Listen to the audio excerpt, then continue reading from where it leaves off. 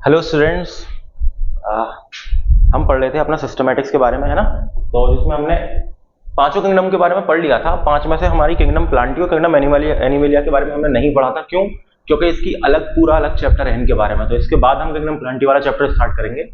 लेकिन एक छोटी सी बात है, क्योंकि हम अभी पढ़ रहे थे ये जितनी भी किंगडम्स हैं, है ना, इनके अंदर कौन रखे गए हैं, किस तरह के ऑर्गेनिज्म हैं जो सेल्यूलर है ना, जो या तो यूनिसेल्युलर है या मल्टीसेल्युलर है, ठीक है। लेकिन कुछ ऐसे भी ऑर्गेनिजम्स पाए जाते हैं जो कि सेल्यूलर नहीं है, यानी कि वो एक सेल भी नहीं है लेकिन फिर भी जिंदा है और ऑर्गेनिज्म कहलाते हैं, ठीक है। उन ऑर्गेनिज्म को हम क्या कहते हैं? जी हाँ, बिल्कुल सही समझे आप लोग, अगर समझ पाए हैं तो। देखिए, viruses, viroids are groups of acellular organisms that are not included in Whittaker's 5 kingdom classification, ठीक है। तो वायरस हैं, वायरॉइड हैं, कुछ हैं प्रायोन्स भी हैं, ठीक है, बैक्टीरियोफेज वगैरह। तो उसके बारे में चलो आज उसके बारे में डिस्कशन होगा, ठीक है, क्योंकि एसेल्युलर वाला पार्ट है और इसका चैप्टर का ये आखिरी पार्ट है, इसकी आखिरी क्लास है। इसके बाद ये वाला चैप्टर फिनिश, ठीक है। चलिए शुरू करते हैं।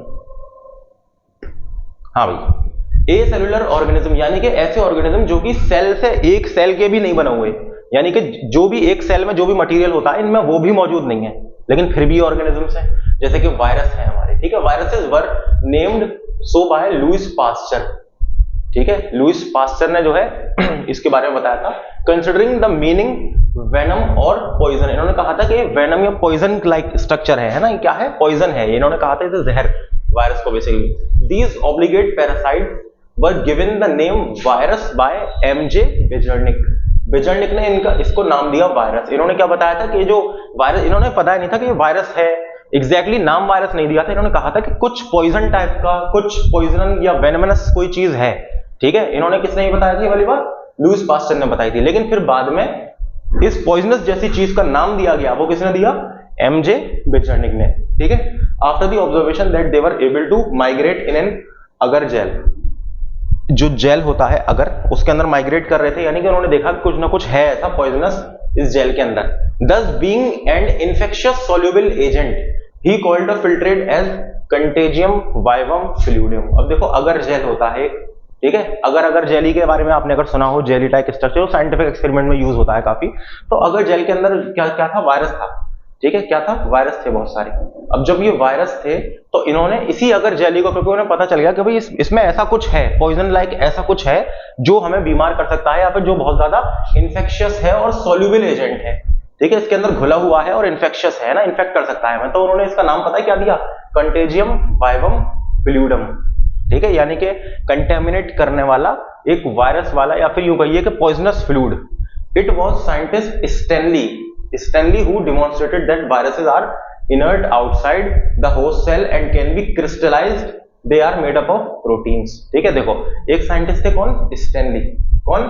स्टैनली, ठीक है। उन्होंने क्या बताया था? उन्होंने ये बताया था कि जो वायरस होते हैं वो बॉडी के अगर बाहर है, यानी कि अगर होस्ट की बॉडी है, जैसे अब आपको पता है ना होस्ट क्या होता है। होस्ट जैसे कि मैं हूं, है ना, मेरी बॉडी है। अगर मेरे ऊपर मच्छर आएगा, मुझे क्या कहते हैं, ब्लड मेरा शक करेगा, तो मैं मच्छर के लिए क्या हो गया? होस्ट हो गया, क्योंकि वो मुझसे अपना खाना पीना ले रहा है। ऐसी वायरस जो है खुद से रिप्लिकेट नहीं कर सकता, खुद से मल्टीप्लाई नहीं कर सकता, उसके अंदर डिवीजन की कैपेबिलिटीज नहीं है वायरस के अंदर खुद से, ठीक है। तो वो क्या करता है? वो किसी की बॉडी में या किसी के सेल में जाता है पहले। वायरस जो है वो बाहर से, यानी अभी बाहर एनवायरमेंट में है वायरस, तो कैसा है? बिल्कुल इनएक्टिव है। कैसा है?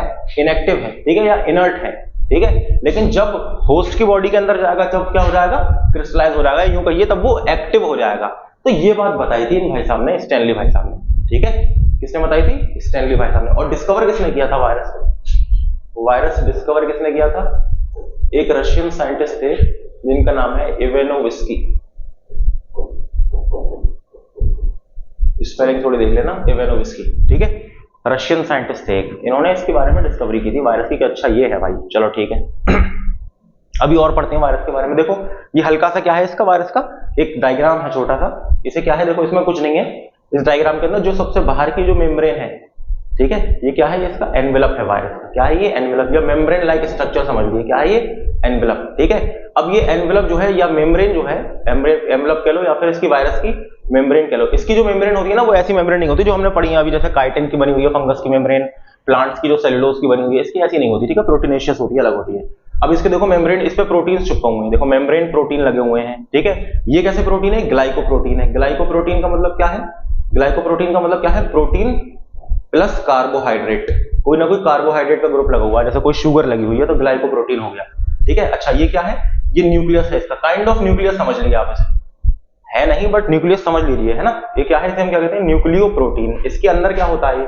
इसके अंदर है इसका क्या, बेसिकली जो जीनोम है, जो जेनेटिक मटेरियल है इसका, न्यूक्लिक एसिड जो इसके अंदर है। ठीक है, it can be RNA, it can be DNA, but never both. ये सवाल कई बार आता है कि वायरस के अंदर जो जेनेटिक मटेरियल, जैसे हमारे अंदर क्या होता है, जेनेटिक मटेरियल हमारा डीएनए है, वही इंफॉर्मेशन पास ऑन करता है।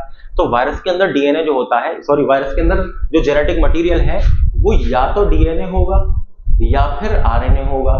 ठीक है, या तो ये या ये, लेकिन कभी भी बोथ नहीं होगा, दोनों नहीं हो सकते। ठीक है, एक बार में कोई एक ही चीज हो सकती है। तो आरएनए वाले वायरस भी होते हैं और डीएनए वाले वायरस भी होते हैं, लेकिन हाँ ये चीज हो सकती है कि सिंगल स्ट्रैंडेड डीएनए है या डबल स्ट्रैंडेड डीएनए है ना, सिंगल स्ट्रैंडेड आरएनए है या डबल स्ट्रैंडेड आरएनए है, ये वाली चीज हो सकती है। अब ये सिंगल स्ट्रैंड, डबल स्ट्रैंड, ये क्या चीज है? ये हम जब डीएनए का स्ट्रक्चर पढ़ेंगे उसके बारे में हम फिर डिस्कस करेंगे, what is single strand, what is double strand. Basically आपने अगर देखा हो डीएनए का कैसा होता है, इस तरह का ही तो होता है ना डीएनए का। तो देखो स्ट्रक्चर ये क्या है? ये डबल स्ट्रैंड है। ठीक है, अगर मैं सिर्फ इतना बना दूं और ये दिस इज सिंगल स्ट्रैंड, समझ रहे हो? बस ऐसे समझ लो। अच्छा, अब देखो एक इंपॉर्टेंट चीज कि ये जो जीनोम है ना इसका, ये कवर किससे है? ये देख रहे हो आप, दिस इज कॉल्ड कैप्सिड। ये क्या होता है? ये प्रोटीनेशियस कवर होता है, इसे हम क्या कहते हैं? Capsid. And this is very important, ये पूछी जाती है बात। ठीक है, इससे क्या है? प्रोटेक्ट रहता है इसका जीनोम कैप्सिड से। और कैप्सिड किसका बना होता है मिलकर?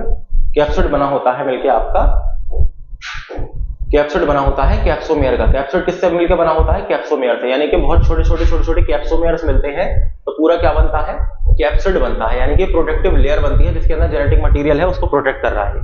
सही है, चलो इसके बारे में अभी और जानते हैं चीजें। ठीक है, ये देखो, viruses lack their own cell machinery. मतलब ये है कि वायरस जो है वो अपने आप खुद से डिवाइड नहीं कर सकता, खुद से रेप्लिकेट नहीं कर सकता। जो सेल, जब एक सेल है, एक सेल से दो सेल बनेंगे, है ना, डिवीजन होगा सेल में, तो वो जो मशीनरी चाहिए होती है सेल को डिवाइड करने के लिए, जो एबिलिटी चाहिए होती है, वो वायरस में नहीं है। ठीक है, वही वाली बात है। दे हैव प्रोटीन कोट, उसके ऊपर क्या होता है? प्रोटीन कोट स्ट्रक्चर, एक प्रोटीनेशियस स्ट्रक्चर होता है वायरस के ऊपर, दैट इज कॉल्ड कैप्सिड। ठीक है, जिसे हम क्या कहते हैं? Capsid. Around nucleic acid strand, तो जो उसका न्यूक्लिक एसिड है ना, चाहे वो वायरस है चाहे डीएनए है, तो उसके अराउंड क्या होता है? एक प्रोटीन कोट होता है, ये प्रोटीनेश मेम्ब्रेन होती है, proteinaceous, that is called capsid. ठीक है, thus considered to be acellular organisms. तो इसीलिए इसे ए सेलुलर ऑर्गेनिज्म कहते हैं बेसिकली, क्योंकि इसके पास खुद की मशीनरी नहीं है, कुछ नहीं है, सिर्फ इसके अंदर छोटा सा न्यूक्लियर वो जीनोम है और कुछ नहीं है, और छोटा सा एक प्रोटीन की लेयर है।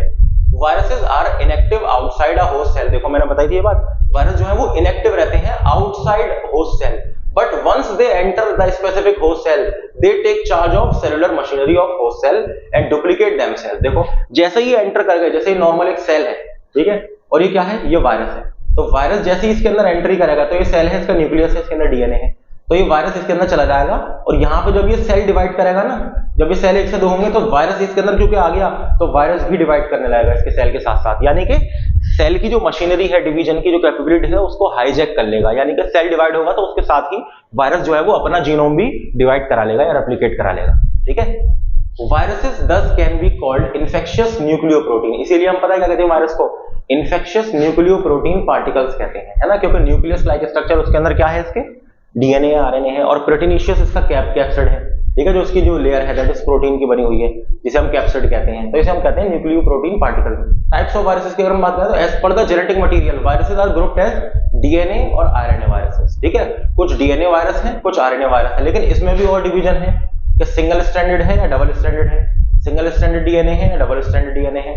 ठीक है, तो इस तरह से वायरस जो है वो डिवाइड है, बट वो हमें इतना फर्दर नहीं पढ़ना है इसमें। ठीक है, ये देखो, ये टोबैको मोज़ेक वायरस का फोटो देखिए आप, छोटा सा, ये क्या है? देखो बीच में क्या है?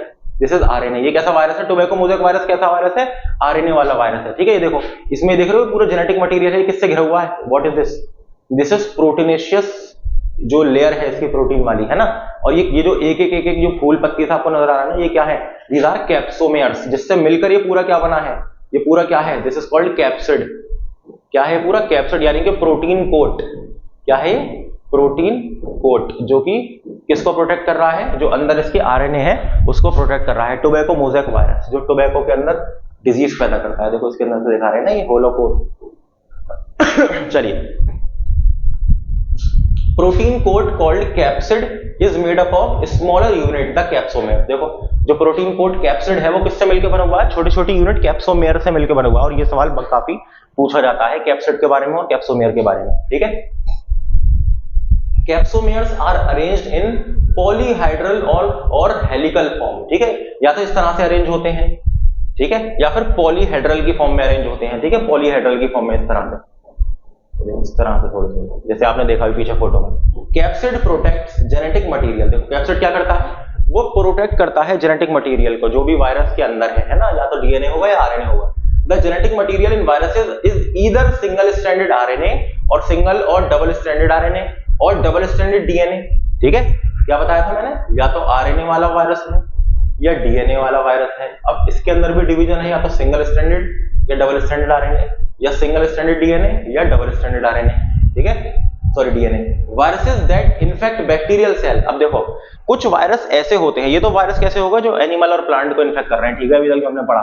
लेकिन कुछ स्पेशल टाइप के वायरस ऐसे होते हैं जो प्लांट्स को, एनिमल्स को तो छोड़ो, वो बैक्टीरिया को इन्फेक्ट करते हैं। सो जो बैक्टीरिया कितना छोटा था उसको भी, उसके लिए वो खतरनाक है, वो उसके अंदर डिजीज पैदा करते हैं, उसको इन्फेक्ट करते हैं, ठीक है। तो viruses that infect bacterial cells are called bacteriophages. उसे हम क्या कहते हैं, बैक्टीरियोफेजेस कहते हैं, ठीक है, विच normally have double stranded DNA. तो बैक्टीरियोफेजेस के अंदर जो होता है, क्या होता है, नॉर्मली डबल स्ट्रैंडेड डीएनए होता है जनरली, ठीक है। बहुत रेयर केस में इनके पास आरएनए या सिंगल स्ट्रैंडेड डीएनए होता है, बट मोस्टली इनके पास कैसा होता है, डबल स्ट्रैंडेड डीएनए प्रेजेंट होता है इनके एज अ जेनेटिक मटेरियल, ठीक है। ये देखो ये बैक्टीरियोफेज का ये क्या है, फोटो है, देखो इसका ये हेड, ठीक है, ये कोर वाला हिस्सा है, ये शीट वाला हिस्सा है, ये क्या है, बेस प्लेट है, टेल फाइबर है, यहां से जेनेटिक मटेरियल छोड़ता है। देखो जब ये सेल के ऊपर बैठा हुआ है ना, तो यहां से छोड़ता है जेनेटिक मटेरियल ताकि सेल के अंदर चला जाए वो, समझ गए।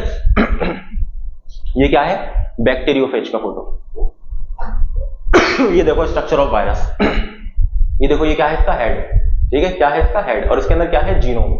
देखो ये क्या है, इसका डीएनए है। डीएनए कैसा है, मोस्टली डबल स्ट्रैंडेड। कैसा है बेटा, डबल स्ट्रैंडेड, ठीक है। ये क्या है, इसका नेक वाला रीजन, और ये जो बोल्ट लाइक स्ट्रक्चर नजर आ रहा है ना तुम्हें, व्हाट इज दिस, ये क्या है, बेसिकली टेल शीट कह लो इसे, ठीक है। ये क्या है, इससे जुड़े हुए टेल फाइबर, बहुत ही अजीब सा इसका स्ट्रक्चर होता है, ऐसा लगता है हमें कोई वाकई में कोई इस तरह का कोई इंसेक्ट टाइप का है, ठीक है। देखो किस तरह का लग रहा है, बिल्कुल यूनिक सा है ना, एक रोबोट टाइप का लग रहा है, और लेकिन ये असल में यही होता है। ये क्या है, पिन्स, जो कि जुड़ जाता है उससे। दिस इज एंड प्लेट, जो कि अटैच हो जाती है किसी भी सेल से, यहां से अटैच हो जाएगा और फिर यहां से ये छोड़ेगा पूरा का पूरा अपना जेनेटिक मटेरियल, यहां से बाहर निकालेगा, समझ गए।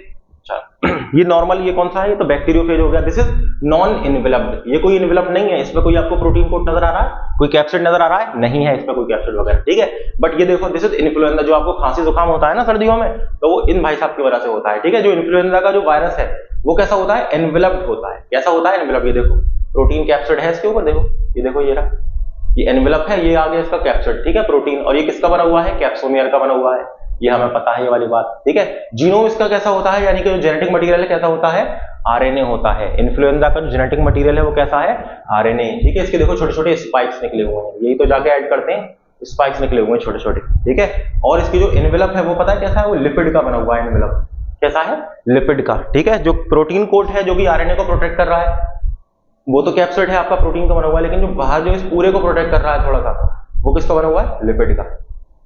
लिपिड का मतलब क्या होता है, बेसिकली फैट मॉलिक्यूल्स छोटे से, ठीक है। चलिए, तो इस बारे में हमें याद रखना है। देखो सवाल आता है कभी कभी कि बैक्टीरियोफेज के अंदर किस तरह का जीनोम पाया जाता है, डबल स्ट्रैंडेड डीएनए या सिंगल स्ट्रैंडेड डीएनए या फिर डीएनए या आरएनए। तो आपको छोटी छोटी बातें पता होनी चाहिए, जैसे कि इन्फ्लुएंजा वायरस में कैसा जीनोम पाया जाता है, डीएनए या आरएनए या बोथ, तो क्या है इसका आंसर, आरएनए, ठीक है। तो हर स्लाइड में आपके लिए एक ना एक दो क्वेश्चन छुपे हुए हैं हर स्लाइड में, तो आपको अच्छे से पढ़ना है, अच्छे से याद रखना है। देखो बैक्टीरियोफेज और एनिमल वायरसेस का डिफरेंस देखो थोड़ा सा, है ना। बैक्टीरियोफेज और एनिमल के जो वायरस हैं, यानी कि जो वायरस एनिमल्स को इन्फेक्ट करते हैं, उसका थोड़ा सा आप क्या देखें, डिफरेंस देखें। क्या है difference, biosynthesis occurs in cytoplasm. देखो जो बैक्टीरियोफेज है, ठीक है, ये जब सेल में एंटर करेगा, देखो दोनों के पास वो नहीं है, कैपेबिलिटी नहीं है डिवाइड होने की, लेकिन जब भी बैक्टीरियोफेज एंटर करेगा सेल में, ठीक है, जब वो अपना जेनेटिक मटेरियल सेल के अंदर पूरा एंटर नहीं करेगा, अपना जेनेटिक मटेरियल छोड़ेगा सेल में, तो वो उसकी बायोसिंथेसिस कहां होगी, यानी कि वो बैक्टीरियोफेज में कब तब्दील होंगे, कहां पर होंगे, साइटोप्लाज्म के अंदर, सेल के साइटोप्लाज्म में वो अपना क्या करेगा, बेसिकली रिप्रोडक्शन करेगा, आप ये समझ सकते हो, ठीक है। अच्छा एनिमल सेल क्या है, सॉरी एनिमल वायरस क्या करेगा, बायोसिंथेसिस अगर इन न्यूक्लियस। ये क्या होगा, ये कहां पर होगा, अगर डीएनए वायरस है तो कहां पे होगा, न्यूक्लियस के अंदर होगा। और अगर साइटोप्लाज्म में होगा तो क्या है, आरएनए वायरसेस अगर होगा तो कहां पे होगा, साइटोप्लाज्म में। तो इस बात को अच्छे से याद रखना है कि अगर एनिमल को इन्फेक्ट करने वाला वायरस है, एनिमल डिजीज वाला वायरस है, तो अगर न्यूक्लियस, अगर वो डीएनए वाला वायरस है तो आपका कहां पर होगा वो रेप्लिकेट, यानी कि वो अपनी मशीनरी सेल की कहां पे हाईजैक करेगा, या फिर यूं कहिए कि वो अपना रिप्रोडक्शन या फिर अपना डिवीजन कहां पर करेगा, basically with the help of the cell, कहां पे करेगा वो, न्यूक्लियस के अंदर। ठीक है, अगर डीएनए वाला वायरस है, क्योंकि डीएनए कहां रहता है, न्यूक्लियस के अंदर रहता है। ठीक है, लेकिन डीएनए से जब आरएनए बनता है तो वो आरएनए बाहर आ जाता है, कहां पर, साइटोप्लाज्म में। तो साइटोप्लाज्म, अगर आरएनए वाला वायरस है तो कहां पर करेगा, साइटोप्लाज्म में। ठीक है, ये बात याद रखनी है आपको। लेकिन बैक्टीरियोफेज हमेशा साइटोप्लाज्म में ही अपना डिवीजन करेंगे या बायोसिंथेसिस करेंगे। ठीक है, बायोसिंथेसिस का मतलब, बायो का मतलब बेसिकली लाइफ, सिंथेसिस का मतलब बनना, है ना, यानी कि जब ये खुद से बनाएंगे एक दूसरे को। Number 2, tail fibres attach to the cell wall protein. देखो इसकी जो टेल फाइबर होती है ना, वो अटैच रहती है इसकी सेल वॉल प्रोटीन से। ठीक है, जो इसकी देखो टेल फाइबर अटैच है ना, देखो ये सेल वॉल प्रोटीन है, इससे अटैच है पूरी टेल फाइबर्स इसकी। ठीक है, attachment sites are plasma membrane proteins और ग्लाइकोप्रोटीन। देखो, और दूसरी बात ये है यहाँ पर, एक तो ये इससे अटैच है, प्लस यहाँ पर क्या है कि जब ये मान लो किसी सेल के ऊपर बैठा हुआ है, ठीक है, तो यहाँ से भी जो अटैच होंगी इसकी, यहाँ से भी जो अटैच होंगे ना टेल फाइबर इसके, जहां पे बैठ के जमेगा। ठीक है, तो कहां पे, जो सेल की वॉल के जो प्रोटीन्स हैं, ठीक है, ग्लाइकोप्रोटीन हो सकते हैं, है ना, लिपोप्रोटीन हो सकते हैं, जो सेल की वॉल पर प्रेजेंट है प्रोटीन्स, उन पे जाके अटैच होगा। ठीक है, या सेल की मेम्ब्रेन पे जो प्रोटीन्स होंगे उन पे जाके अटैच रहेगा, वो उस पे चिपक जाएगा अच्छे से। ठीक है, टेल फाइबर्स। और इसकी अटैचमेंट साइट कहां रहती है, ये वाला वायरस कहां चिपकता है जाकर, ये क्या है, ये प्लाज्मा मेम्ब्रेन प्रोटीन्स और ग्लाइकोप्रोटीन। देखो अब ये क्या है, बैक्टीरिया के अंदर ये काम करता है, तो बैक्टीरिया के अंदर तो सेल वॉल होती है, बैक्टीरिया के अंदर सेल वॉल होती है, हमें पता है कौन सी सेल वॉल होती है, किसकी बनी होती है, पेप्टिडोग्लाइकन की, है ना, मोस्टली पेप्टिडोग्लाइकन की। तो बैक्टीरिया की सेल वॉल के जो प्रोटीन होते हैं उस पर अटैच होता है इसके टेल फाइबर्स। ठीक है, किसके, बैक्टीरियोफेज के। ठीक है, लेकिन जो एनिमल वायरस है तो वो जाहिर सी बात है एनिमल्स को वो करेगा, इन्फेक्ट करेगा। और एनिमल सेल में क्या होता है, सेल वॉल होती नहीं है, सेल मेम्ब्रेन होती है। तो जो सेल मेम्ब्रेन या प्लाज्मा मेम्ब्रेन के जो प्रोटीन्स हैं, ठीक है, या फिर यूं कहिए जो ग्लाइकोप्रोटीन्स हैं इनके, ये उस पर अटैच होगा वायरस जाके। ठीक है भाई, सेल से चिपकेगा तभी तो उसके अंदर अपना इंटेक करेगा जेनेटिक मटेरियल का, तो वो किस जगह चिपकेगा, कहां पे चिपकेगा, ये भी हमें पता होना चाहिए, और ये चीज आती है। ठीक है, अच्छा देखो, बैक्टीरियोफेज क्या है, अनकोटिंग इज नेसेसरी। ठीक है, यानी कि बैक्टीरियोफेज का क्या है, सबसे पहले अनकोटिंग करनी है, यानी कि इसे, इसके अंदर है, देखो इस कोट के अंदर है इसका, तो इसे बाहर निकालना है, तो बाहर निकालेगा, इस तरह से बाहर निकाल देगा। ठीक है, इंजेक्ट कर देगा एक तरीके से, तो अनकोटिंग इसके लिए नेसेसरी है, बट इसके लिए अनकोटिंग इज नॉट नेसेसरी। ठीक है, एनिमल वायरस जो है उसके लिए अनकोटिंग नेसेसरी नहीं है, वो सिर्फ अपना जेनेटिक मटेरियल नहीं छोड़ेगा, वो चाहे तो पूरा भी एंटर कर सकता है बॉडी के अंदर। ठीक है,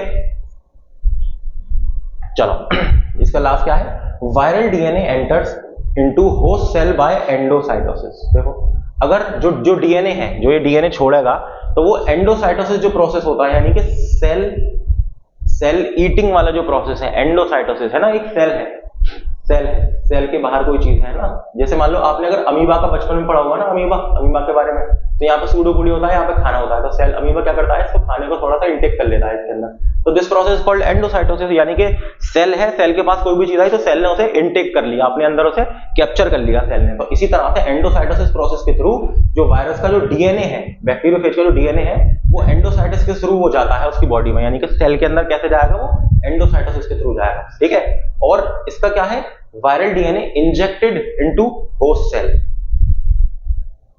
ये उल्टा हो गया क्या, यस,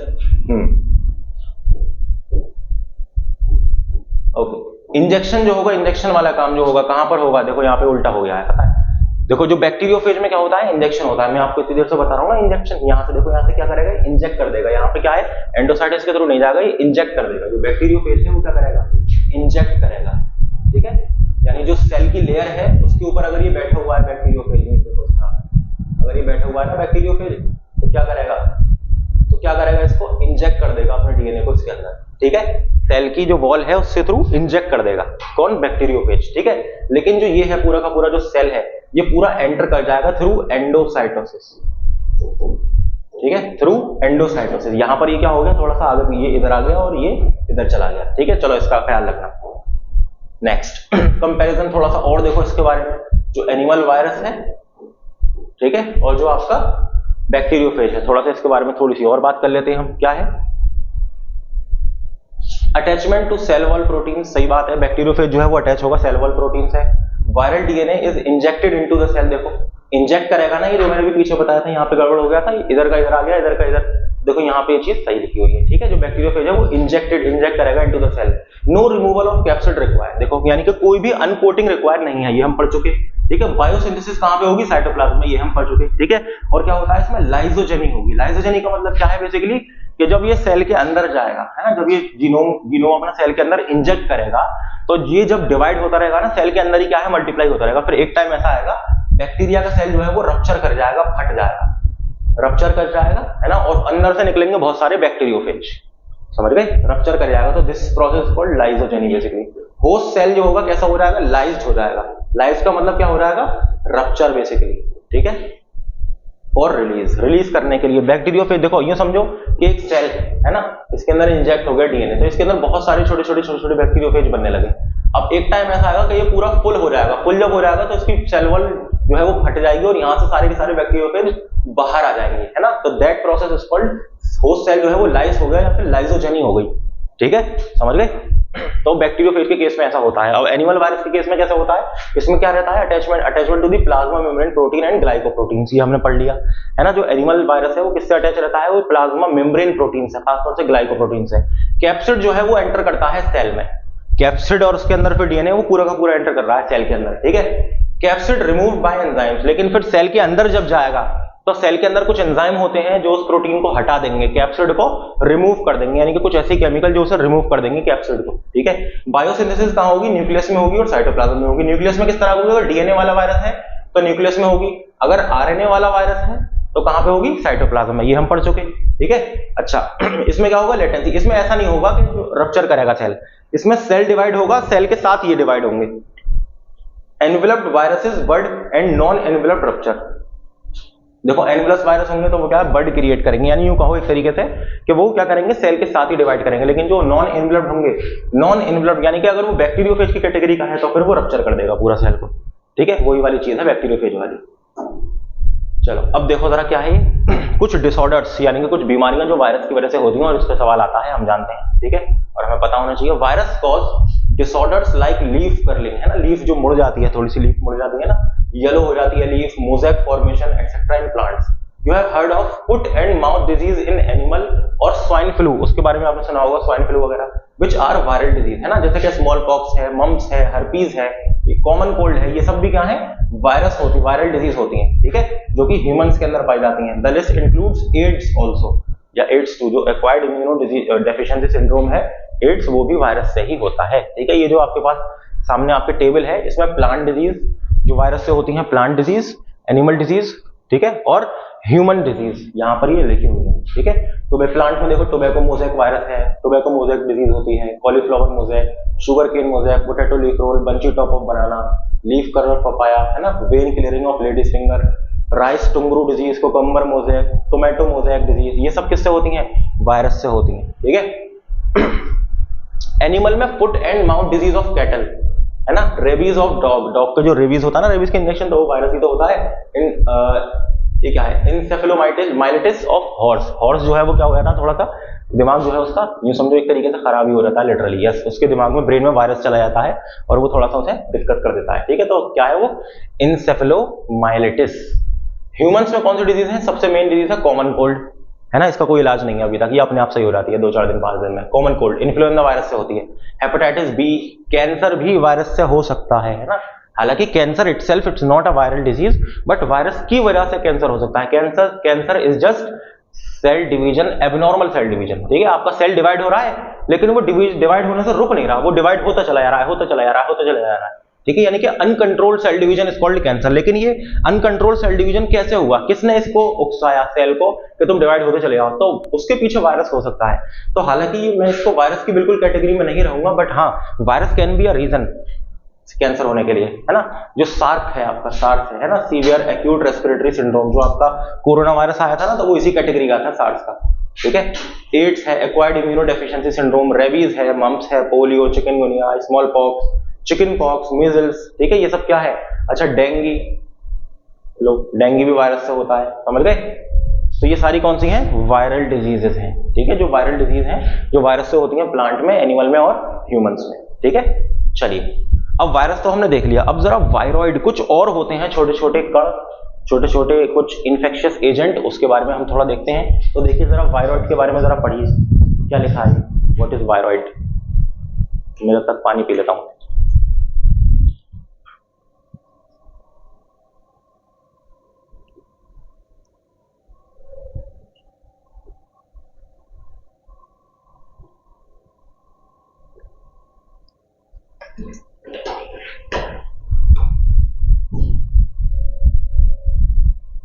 देखो वायरॉइड क्या है,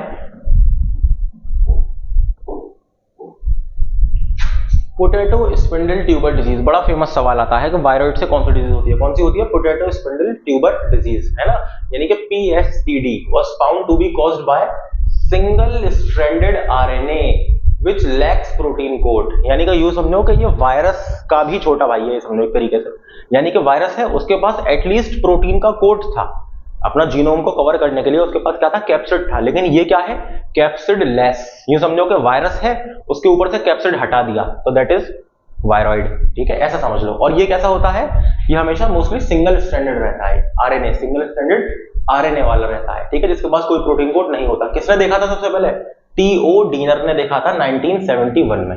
किसने देखा था, T.O. डीनर ने, ठीक है। Reported that this is low molecular weight RNA and smaller in size than virus. Virus से भी छोटा और लो मॉलिक्यूलर वेट, यानी कैसा है इसका, बहुत सिंगल स्ट्रैंडेड आरएनए है इसके अंदर, यानी बहुत ज्यादा हल्का है, बहुत छोटा सा है। These infectious RNA strands called viroids। तो जो infectious RNA strands है ये क्या कहलाएंगे, ये कहलाएंगे वायरॉइड, ठीक है। तो वायरॉइड देखो ये क्या है, सिंगल स्ट्रैंडेड सर्किल, देखो एक इस तरह का भी हो सकता है, और ये क्या है, ब्रांच्ड वायरॉइड भी हो सकता है। देखो ये क्या है, बेसिकली एक ब्रांच है, देखो ब्रांचिंग हो रही है इसमें। ये वायरॉइड का स्ट्रक्चर है, असल स्ट्रक्चर कभी हमें ज्यादा इतना खास पता नहीं है, तो थोड़ा बहुत मॉलिक्यूलर स्ट्रक्चर जो है इसका वो इस तरह का होता है। ये क्या है, ये रॉड टाइप वायरॉइड स्ट्रक्चर है, और ये ब्रांच्ड वायरॉइड स्ट्रक्चर है। आपको जो दिख रहा है यहाँ पे हल्का सा, थोड़ा सा अजीब सी ड्राइंग सी लग रही होगी, लेकिन इसी तरह का होता है, बिल्कुल सिंपलेस्ट स्ट्रक्चर है ये, ठीक है। इसके अंदर क्या होता है, सिंगल स्ट्रैंडेड आरएनए नहीं होता है। इस बात का ध्यान रखना कि वायरॉइड्स के पास जो वो होता है जेनेटिक मटेरियल, वो क्या होता है, सिंगल स्ट्रैंडेड आरएनए, ठीक है।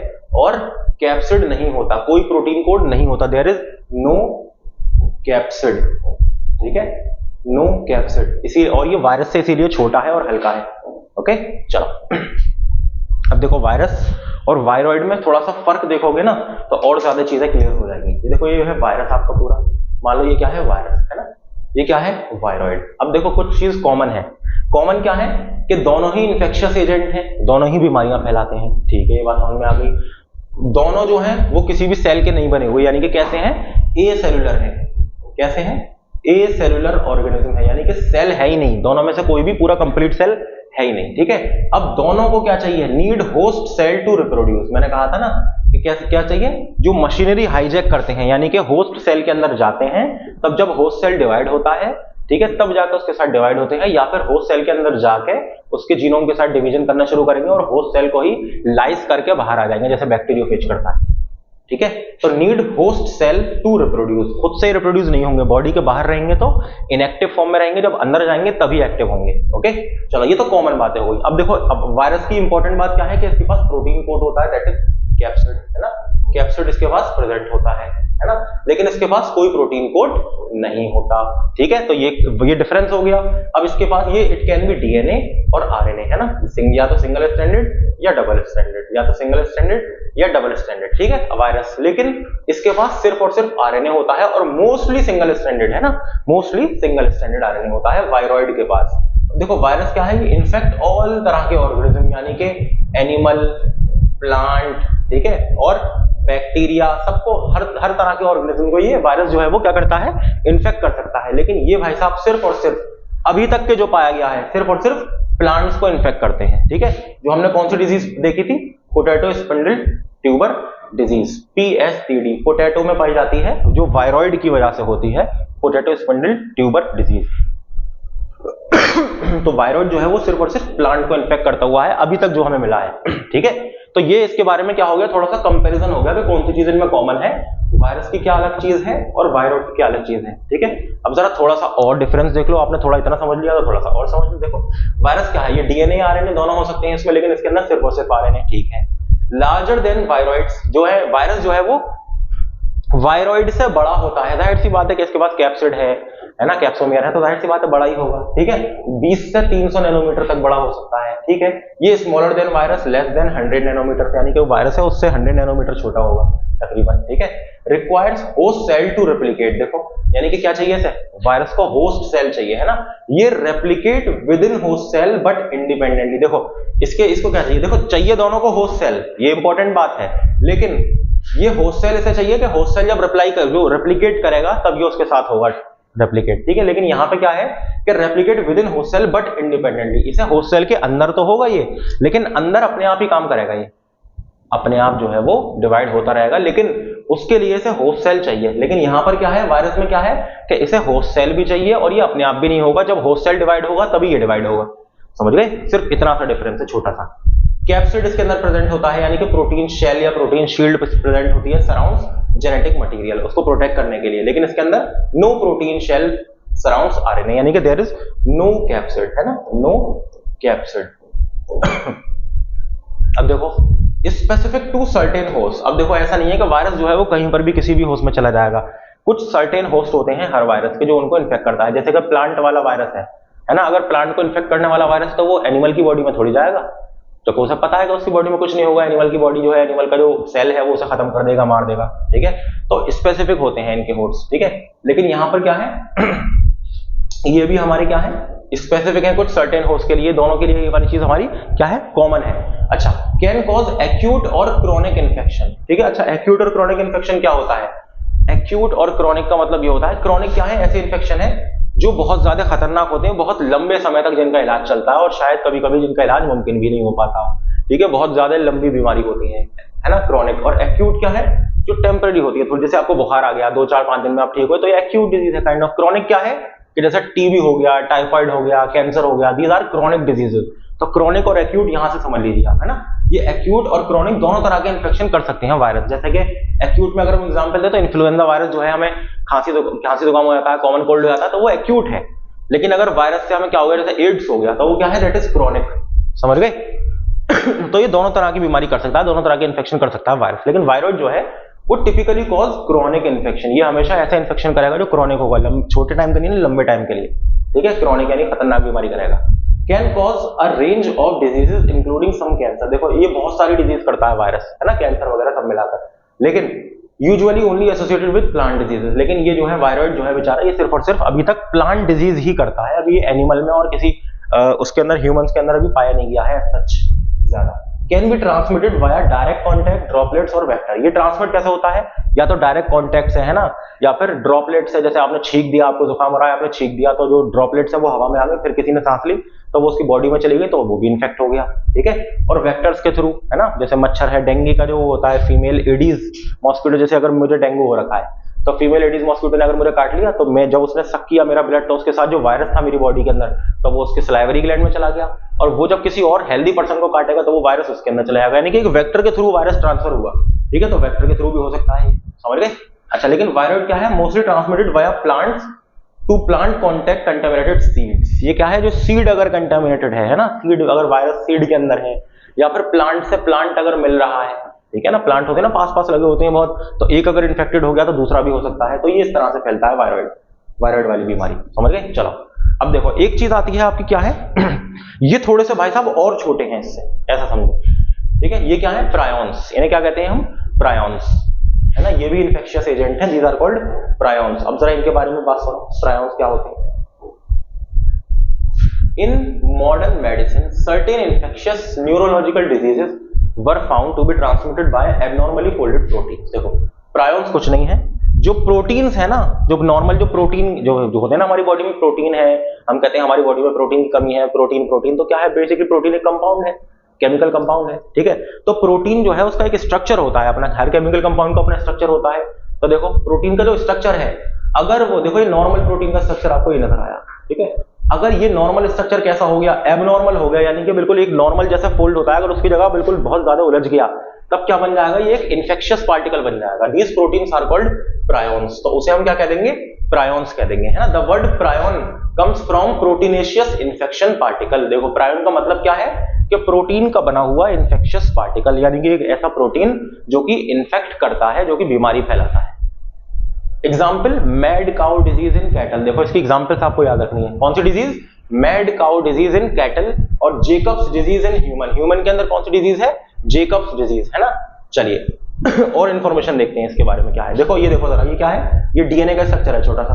पीआरएनपी इज अ जीन, डीएनए का पार्ट होता है। क्या होता है? डीएनए का छोटा सा पार्ट है, ये डीएनए का जो फंक्शनल पार्ट है दैट इज कॉल्ड जीन, ठीक है। तो पीआरएनपी एक जीन है हमारे डीएनए के अंदर विच इनकोड्स फॉर प्रायोन प्रोटीन, है ना, जो किसकी इंफॉर्मेशन रखता है? प्रायोन प्रोटीन की इंफॉर्मेशन को अपने पास रखता है कि प्रायोन प्रोटीन जो है वो बनाना है ना, हमारे डीएनए में है, ठीक है।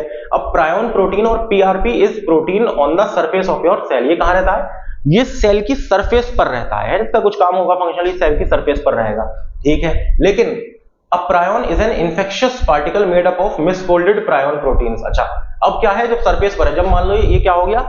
मिसफोल्डिंग हो गई इसकी, यानी कि अच्छे से ये फोल्ड नहीं हो पाया, इसका स्ट्रक्चर सही से नहीं बन पाया, तब यही जो प्रायोन प्रोटीन का जो जीन है, ठीक है, इसने जो आपका प्रोटीन बनाया, यही जब मिसफोल्ड हो गया तो दिस कॉल्ड प्रायोन, ठीक है। यानी कि मिसफोल्डेड प्रोटीन जो है वो क्या बन गया? प्रायोन बन गया, यानी कि प्रोटीनेशियस इन्फेक्टेड या इन्फेक्शियस पार्टिकल बन गया, सही है। अब देखो प्रायोन और वायरोइड्स में जरा फर्क देखो क्या है। प्रायोन थोड़ा हम कंपेयर कर लेते हैं, उससे आपको और ज्यादा क्लियर हो जाएगी चीजें। A typical grouping of proteins that act like viruses and take over your nerve cell। देखो मोस्टली पता है प्रायोन कहां पे अटैक करता है? हमारे नर्व सेल पर, नर्वस सिस्टम पर, ठीक है, हमारे ब्रेन पर, स्पाइनल कॉर्ड पर, नर्व्स पर, ठीक है, या किसी भी जिसको भी इन्फेक्ट कर रहा है उसके ब्रेन पे या नर्वस सिस्टम पे इफेक्ट करता है, ठीक है। तो क्या है? एक वायरस की तरह एक्ट करता है, ये है तो ये प्रोटीन मिसफोल्डेड, लेकिन वायरस की तरह अटैक कर रहा है और ये आपके नर्व सेल्स को टेक ओवर कर लेता है, ठीक है। लेकिन वायरोइड्स क्या है? स्मॉलेस्ट नोन पार्टिकल है, एबल टू रिप्रोड्यूस, है ना। ये कितने स्मॉल हैं? 250 न्यूक्लियोटाइड के हैं बस। जैसे कि आपका जो डीएनए बना होता है ना, तो न्यूक्लियोटाइड न्यूक्लियर बेस पेयर्स का बना होता है ना, ATGC ये क्या है? ये न्यूक्लियर बेसिस हैं, ठीक है, सिंपल से। तो ये तकरीबन 250 न्यूक्लियोटाइड का बना होता है। कौन? वायरोइड। इसके बारे में थोड़ी सी अभी आपको ये बात समझ में नहीं आएगी, ये तब आएगी जब हम स्ट्रक्चर के बारे में पढ़ेंगे डीएनए के, ठीक है, कि न्यूक्लियोटाइड क्या होता है, ये 250 न्यूक्लियोटाइड का मतलब क्या है आखिर। So don't worry about that. Most often affect the brain, देखो मोस्टली क्या करता है? प्रायोन ब्रेन को अफेक्ट करता है ना। और ये कैसे होते हैं? वायरोइड लाइक होते हैं, और ये हमें पता है प्लांट्स को अफेक्ट करते हैं।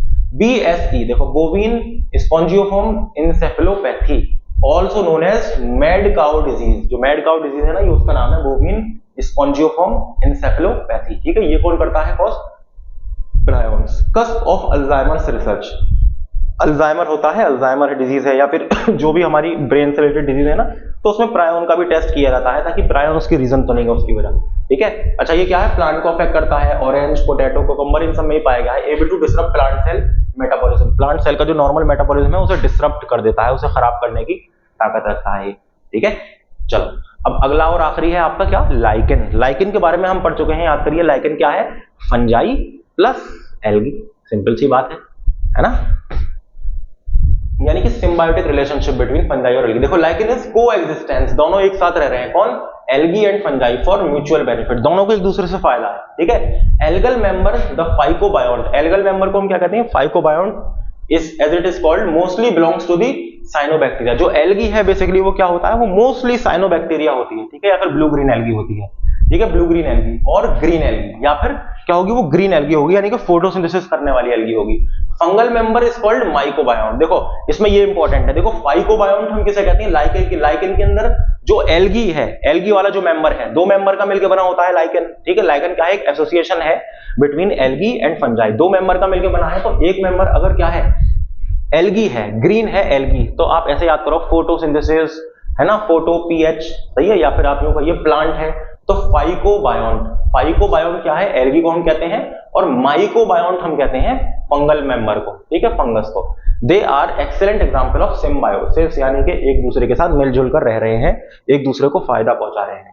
The algal component of lichens provide food. देखो अब ये इंपॉर्टेंट बात है एक और, कि जो एल्गी है, जो एल्गल कंपोनेंट है यानी कि फाइकोबायोन्ट है, वो प्रोवाइड कर रहा है food to the fungal part. वो फंगस को क्या दे रहा है? खाना पीना दे रहा है, फूड दे रहा है, ठीक है। While fungus provide shelter to algae and also absorb water and minerals to alga, ठीक है। तो फंगल क्या कह रहा है? वो दे रहा है एल्गी को रहने की जगह और थोड़े से कुछ मिनरल्स, न्यूट्रिएंट्स, ठीक है। This association is intense and it is difficult to identify them as separate living beings, ये बिल्कुल एक दूसरे से मिले होते हैं ना, तो इसे हम सेपरेट नहीं कर सकते इतनी आसानी से, बहुत इंटेंस होता है। Though found in extreme environments like snow clad poles, lichens are sensitive to pollution. देखो अभी एक और इंपॉर्टेंट बात है कि लाइकेंस जो होते हैं ना वो बहुत ज्यादा सेंसिटिव होते हैं पॉल्यूशन के, जरा सा भी पॉल्यूशन इनके आसपास होगा तो ये लाइकेंस नहीं ग्रो करेंगे, लाइकेन वहां पे नहीं आएगा, नहीं बनेगा, ठीक है। खासतौर से जो सल्फर का पॉल्यूशन होता है, यानी वो है पेट्रोल डीजल वगैरह है ना, जो ट्रैफिक वगैरह का, they are not found in polluted regions, hence are considered as pollution indicators, इसीलिए हम इन्हें कहते हैं पॉल्यूशन इंडिकेटर। अगर कहीं पर लाइकेन प्रेजेंट नहीं है बिल्कुल भी, तो यानी कि उस जगह का पॉल्यूशन ज्यादा है, और अगर लाइकेन प्रेजेंट है तो यानी कि वो जगह जो है वो पॉल्यूशन लेस है, वहां पर पॉल्यूशन नहीं है जरा, ठीक है। ये जो एयर का जो पॉल्यूशन होता है उसको देखने का बहुत अच्छा बायोलॉजिकल तरीका है। Lichens also play important role in soil formation by using specific acid production. Lichen जो है वो एसिड का प्रोडक्शन करते हैं, किसी रॉक पे आ जाते हैं ना तो उस रॉक को गला के पूरा सॉइल भी बना देते हैं, ठीक है, मोस्टली ये भी होता है इनके साथ। देखो लाइकेंस के टाइप हैं, क्रस्टोस लाइकेन होते हैं, पोलियोज लाइकेन होते हैं, ये क्या है, और फ्रूटिकोस लाइकेन होते हैं। ये देख रहे हो आप, ये क्या है, फोटो लाइकेंस के फोटो हैं, ये समझ गए। ये देखो लाइकेन क्या है, a lichen is an organism that consist of a symbiotic relationship between fungi and photosynthetic algae और साइनोबैक्टीरिया। कैसा रिलेशनशिप है, सिम्बायोटिक। ये देखो फ्रूटिकोस लाइकोस, ये क्या है, ये मिनी श्रब की तरह नजर आता है, बहुत छोटा सा एक plant like structure, mini shrub की तरह नजर आएगा। क्रस्टोस क्या है, ये क्रस्ट की तरह, जो क्रस्ट होती है ना अर्थ की जो क्रस्ट है उसकी तरह नजर आएगा, हल्का सा है ना, ये पाउडर लाइक मिट्टी की तरह। पोलियोस क्या है, ये लोब्ड वेव्स, देखो इस तरह की, क्या है, लोब टाइप की नजर आएंगी यहाँ पे। जेलेटिनस, ये जेली लाइक नजर आएगा हमें यहाँ पे। लेप्रोस, ये पाउडर लाइक नजर आएगा, देखो येलो पाउडर लाइक है ना, तो ये क्या है, लाइकेंस है। क्या है ये सब, लाइकेंस, ठीक है। ये देखो वुल्फ लाइकेन, या फिर इसका क्या नाम है, लेथेरिया वुल्पिना। दिस श्रबी या फ्रूटिकोस, श्रबी जो श्रब की तरह लगता है उसे हम क्या कहते हैं, फ्रूटिकोस कहते हैं, ठीक है। Yellow lichen once was used to poison wolves, ये पता है कैसे, पहले वुल्फ जो होती है ना, जो लोमड़ी वगैरह है, वुल्फ है ना, तो उनको क्या करने के लिए दिया जाता था, जो फॉक्स है, वुल्फ है, तो उनको एज अ पॉइजन ये दिया जाता था। It is common on ponderosa pine in dry open and low elevation forest, यानी कि जहां पर क्या है, थोड़ा सा लो एलिवेशन पॉइंट है ना, जो फॉरेस्ट वगैरह वाले हिस्से में पाया जाता है, वहां पे ये क्या है, आपकी ये वुल्फ लाइकेन पाई जाती है, जो कि वुल्फ को poison, as a poison wolf को देने के काम आती थी, ठीक है, ठीक है। अच्छा अब क्या है, हैमर्ड शील्ड है या फिर पेमेला, ये लाइकेन का नाम है, पेमेला सिल्काटा। दिस फ्लैटेंड या फिर फोलियोज, जो फ्लैटेंड ना, फ्लैट है, foliose lichen grows on the bark and branches of variety of trees, बहुत सारी जो क्या कहते हैं ट्रीज होते हैं अलग अलग तरह के, उनकी बार्क पर ये ग्रो करता है, देखो बार्क पर प्रेजेंट है, ठीक है। ये देखो, और क्या है आपका लंग वर्ड और लेट्यूस लंग है ना, Lobaria pulmonaria. This lichen grows in moist habitat, जो कि गीले से रीजन होते हैं ना, मॉइस्ट हैबिटेट है, such as on the riparian cottonwood है ना, कॉटनवुड पे रहते हैं, प्लस मॉइस्ट हैबिटेट में रहते हैं और लाइकेन बहुत से, ठीक है। डॉग पेल्ट है ना, पेल्टिगेरा वेनोसा।